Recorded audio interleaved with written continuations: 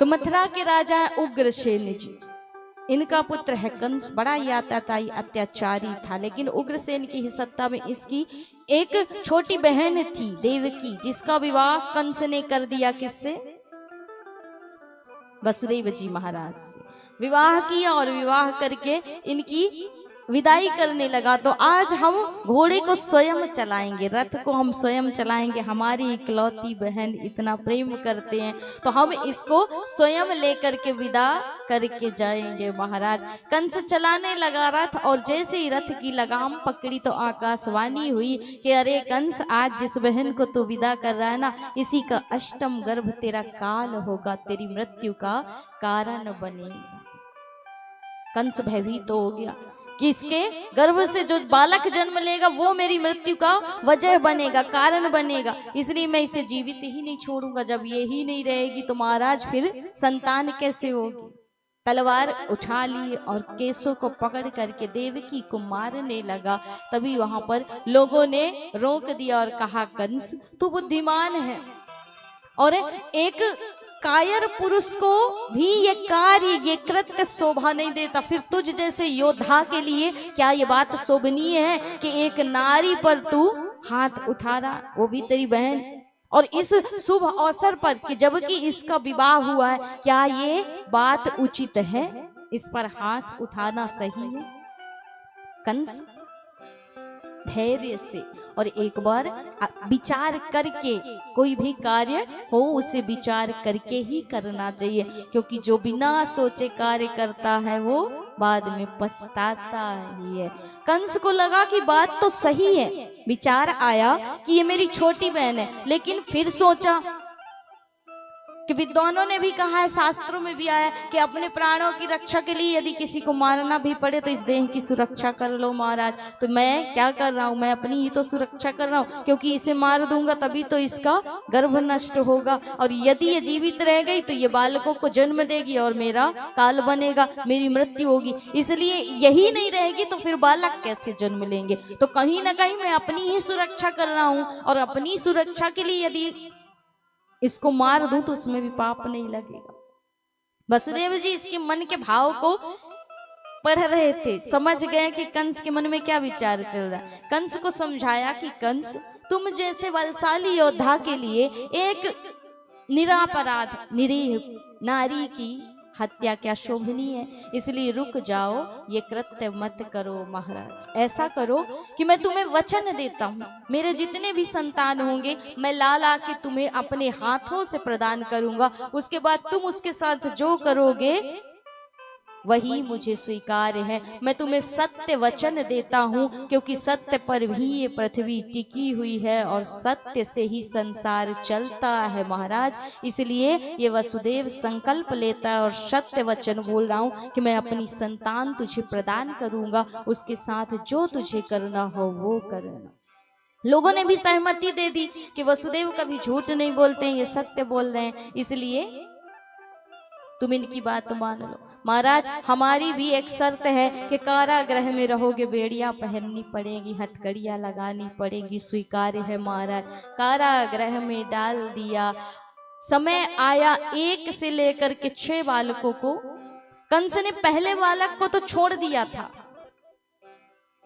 जब वसुदेव जी उस बालक को लेकर के गए कि कंस, ये मेरा पहला पुत्र हुआ है कीर्तिमान, अब तुम्हें जो उचित लगे वो इसके साथ करो। तो कंस ने कहा कि आप बड़े ही सत्य निष्ठावान हैं महाराज, और आपकी सत्यता को देख करके मैं इस बालक को मुक्ति देता हूँ, छोड़ देता हूँ। क्यों? क्योंकि इससे मुझे भय नहीं है। आकाशवाणी ने अष्टम गर्भ कुमार काल बताया है, इसलिए मैं इसे नहीं मारूंगा, तुम्हारे 8वें पुत्र को मारूंगा।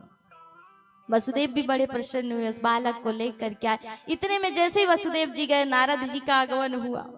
कंस ने स्वागत सत्कार किया कि आइए मुनिवर, आज मैंने बड़ा अच्छा कार्य किया। क्या किया कंस? तो महाराज आज मैंने ये किया कि मेरी बहन के घर जो पहला बालक हुआ उसे मैंने मुक्त कर दिया, माफ कर दिया, मैंने नहीं मारा।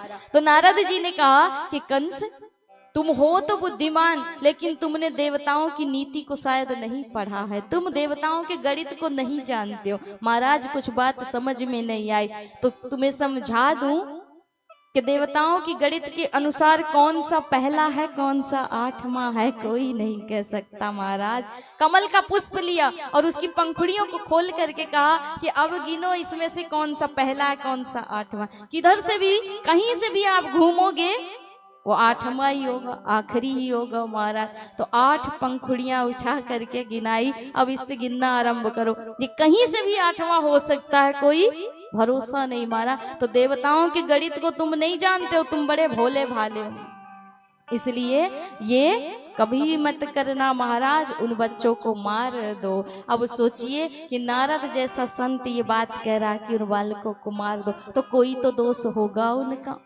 कोई तो अपराध उन्होंने किया होगा महाराज कि जिसके कारण इनकी मृत्यु हुई। कंस ने उस बालक को बुलाया और उसको मुक्ति प्रदान कर दी, उसको मार दिया महाराज। जनमेजय ने पूछा कि प्रभु ये बताओ, एक तो अधर्म करना पाप है और जो इस पाप की प्रेरणा दूसरे को देता है, शिक्षा दूसरे को देता है, वो तो और बड़ा पापी। तो क्या नारद जैसा संत ये पाप कर सकता है कि कंस को उन्होंने ये शिक्षा दी, उपदेश दिया कि इन बालकों को मार दो। तो इनका आखिर क्या अपराध था कि जिसकी वजह से कंस जैसे राक्षस के हाथों इनकी मृत्यु हुई। तो महाराज ये कोई और नहीं, मरीचि ऋषि के पुत्र थे, 6 पुत्र थे। इन्होंने ब्रह्मा जी को देख करके अकारण ही हंस दिया।